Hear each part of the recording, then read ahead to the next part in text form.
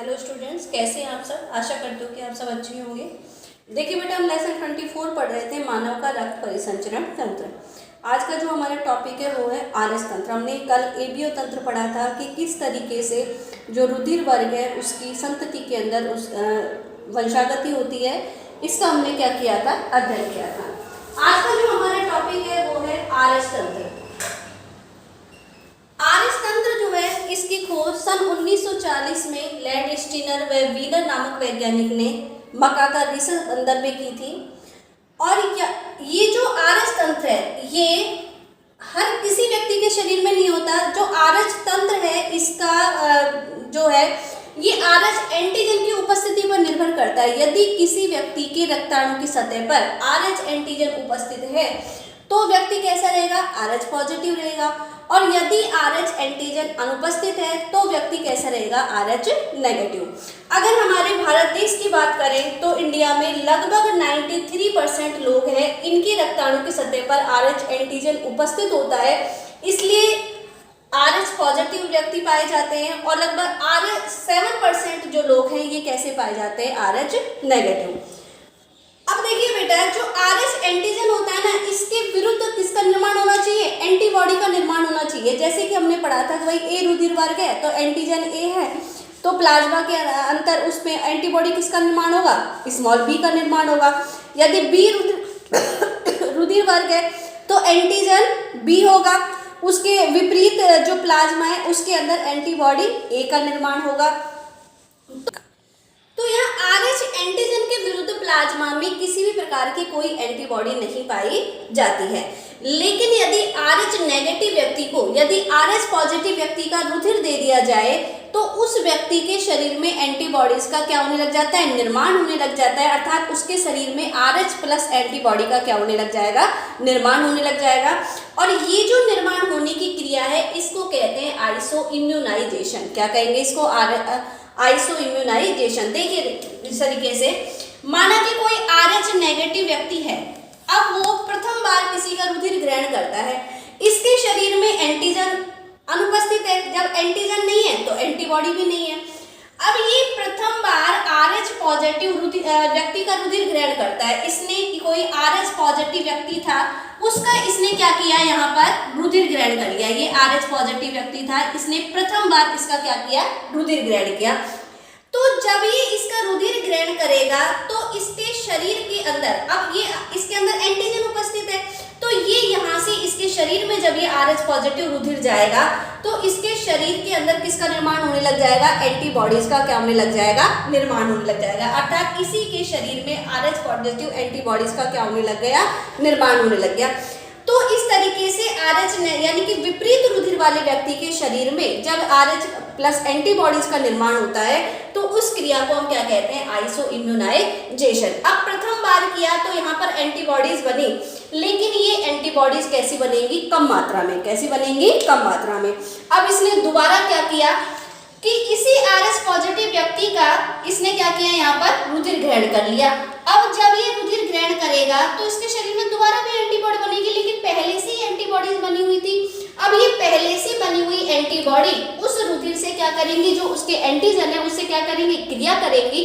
और क्रिया करने कारण एंटीबॉडी एंटीजन से क्या करें, जब क्रिया करेंगी तो उसका रक्त का क्या हो जाएगा, स्पंदन हो जाएगा। यानी कि ये रक्ताणुओं का क्या करना प्रारंभ कर देगी, लयन करना क्या कर देंगी, प्रारंभ कर देंगी। तो ऐसी स्थिति में जब रक्त का स्पंदन ही हो जाएगा तो व्यक्ति के अंदर ना तो ऑक्सीजन का प्रवाह होगा, ना ही पोषक पदार्थों का प्रवाह होगा, और उस स्थिति में व्यक्ति की क्या हो सकती है, मौत भी हो सकती है। तो ये तो हमने फर्स्ट कंडीशन पढ़ी कि भाई अगर कोई आरएच नेगेटिव व्यक्ति है और यदि आरएच पॉजिटिव व्यक्ति के रुधिर को ग्रहण करता है तो उसके शरीर में आरएच पॉजिटिव एंटीबॉडी का निर्माण होने लग जाता है, और निर्माण होने की क्रिया क्या कहलाई, आइसो इम्यूनाइजेशन। अब सेकंड कंडीशन पढ़ते हैं कि माना कोई आरएच नेगेटिव माता है, आरएच नेगेटिव कोई स्त्री है। अब इस स्त्री ने क्या किया, किसी आरएच पॉजिटिव पुरुष से क्या हुई, उसकी शादी हो गई। जब आरएच पॉजिटिव पुरुष से उसकी शादी हुई तो उसके ने जब प्रथम बार गर्भ धारण किया, यहाँ पर देखिए माना कोई आरएच नेगेटिव महिला है ये, अब इसने जब प्रथम बार गर्भ धारण किया तो इसके शिशु जो गर्भ में जो बच्चा पल रहा है वो कैसा है, आरएच पॉजिटिव। कैसा है यहाँ पर, आरएच पॉजिटिव।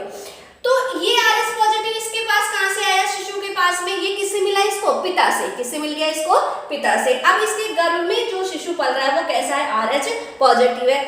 तो यहाँ पर जब आरएच पॉजिटिव शिशु जब इसमें गर्भ हो गए हैं तो ये आरएच पॉजिटिव शिशु का संबंध किससे होगा, माता के ब्लड से होगा। किसके द्वारा, अपरा के द्वारा, क्योंकि अपरा के द्वारा ही माता के जो रुधिर होता है उसी के द्वारा उसको ऑक्सीजन और पोषक पदार्थों का क्या होता है, विनिमय होता है, वो उसी से क्या करता है, ग्रहण करता है।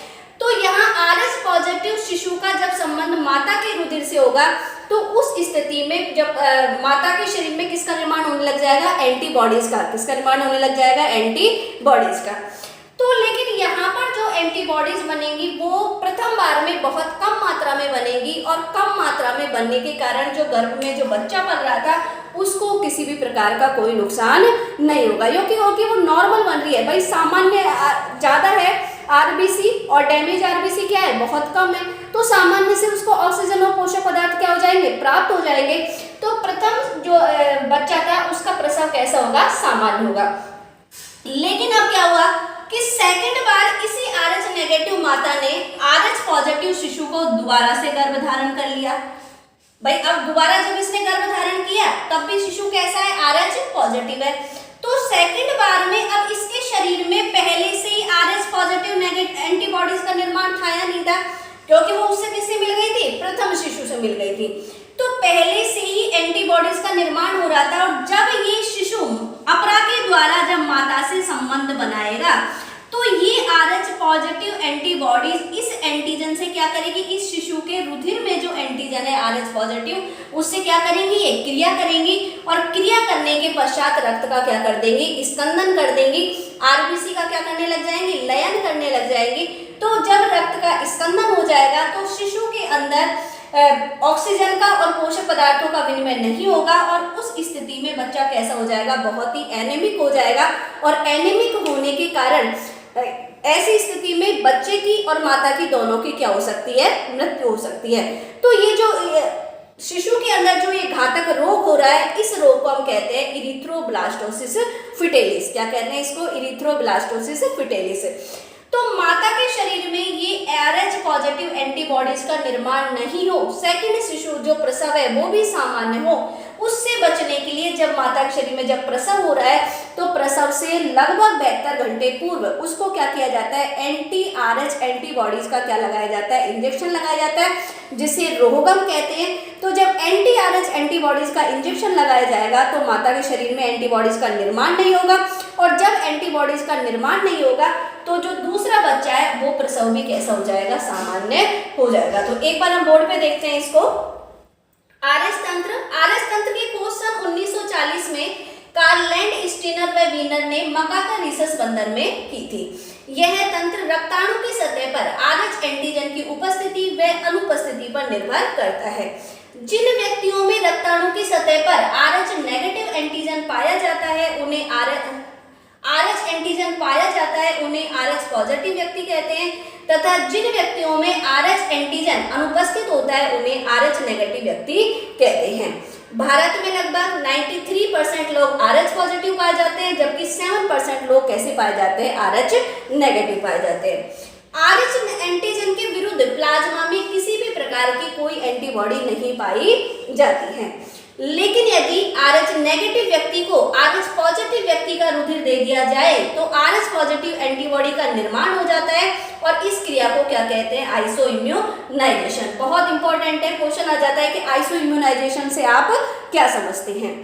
यदि आरएच नेगेटिव माता एक से अधिक बार आरएच पॉजिटिव शिशु धारण करती है तो गंभीर समस्या उत्पन्न हो जाती है। क्यों उत्पन्न हुई, क्योंकि उसके शरीर में किसका निर्माण हो जाएगा, आरएच पॉजिटिव एंटीबॉडीज का।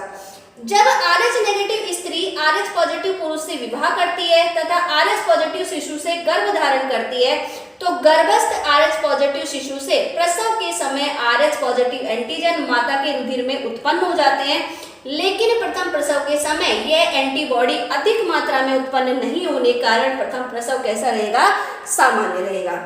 लेकिन आरएच नेगेटिव माता के द्वितीय बार आरएच पॉजिटिव शिशु से गर्भ धारण करने पर माता के रुधिर में पहले से उत्पन्न आरएच पॉजिटिव एंटीबॉडी अपरा के द्वारा गर्भस्थ शिशु के रुधिर में चली जाती है, और जाकर रक्त का स्कंदन कर देती है तथा शिशु की आरबीसी का क्या कर देती है, लयन कर देती है, जिससे गर्भस्थ शिशु अत्यधिक एनीमिक हो जाता है। अतः शिशु में उत्पन्न इस घातक रोग को हम क्या कह रहे हैं, इरिथ्रोब्लास्टोसिस फिटेलिस। क्वेश्चन आता है कि इरिथ्रोब्लास्टोसिस फिटेलिस रोग से आप क्या समझते हैं। जरूरी नहीं आरएस तंत्र पे क्वेश्चन आए, क्वेश्चन आ जाता है इरिथ्रोब्लास्टोसिस फिटेलिस से आप क्या समझते हैं, या आइसो इम्यूनाइजेशन से आप क्या समझते हैं। इस रोग से बचाव के लिए माता को प्रसव से ठीक पूर्व लगभग 72 घंटे के अंदर एंटी-आरएच एंटीबॉडी का इंजेक्शन लगाया जाता है। तो इस तरीके से आज के वीडियो में हमने क्या पढ़ा है, यहाँ पे आरएस तंत्र पढ़ा है। तो जो हमारा ब्लड ग्रुप था वो टॉपिक हमारा आज यहाँ पर क्या हो जाता है, खत्म होता है।